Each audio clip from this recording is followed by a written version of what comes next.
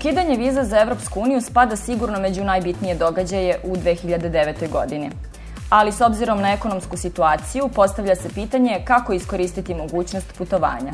Po meni, internet postaje nezaobilazan instrument, bilo da organizujete sami svoje putovanje po Evropi, bilo da birate neki aranžman, neke turističke agencije. Jer, mislim, koga nema na internetu ili ga nema dovoljno, on prosto ko da ne postoji. Ali ono što bih vam skrenuo pažnju, dakle, tražite takozvano korisničko iskustvo, odnosno user experience.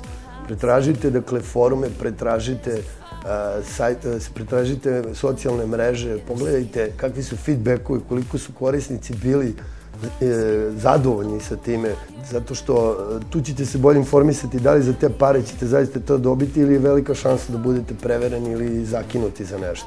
Prilikom bukiranja hotela najbitnije je proveriti korisnička iskustva.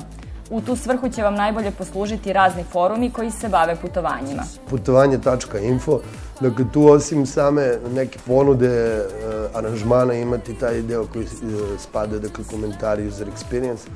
I za to mogu da jamčim da se ništa ne briše i da su te, dakle, komentari da su iskreni i da nisu moderisani. A ukoliko želite, još možete da pogledate na destinaciji, to su blogovi, to su, dakle, tekstovi i slike sa različitih putovanja gde vas više možete da se informišete. I u krajnjem slučaju koristite Google i surfujte. Veliki broj aviokompanija i hotela nudi promotivne pakete ili specijalne popuste svim putnicima koji se prijave preko interneta.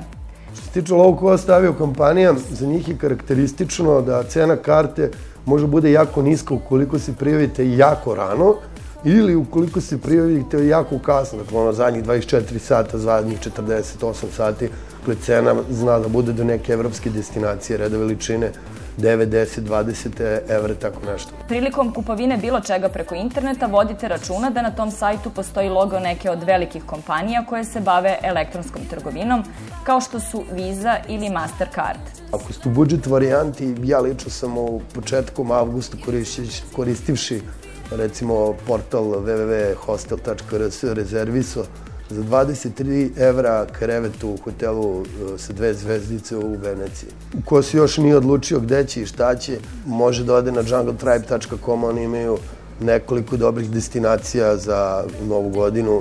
Mogu tu da mi izvojim White Sensation u Düsseldorfu, to je žurka u belom.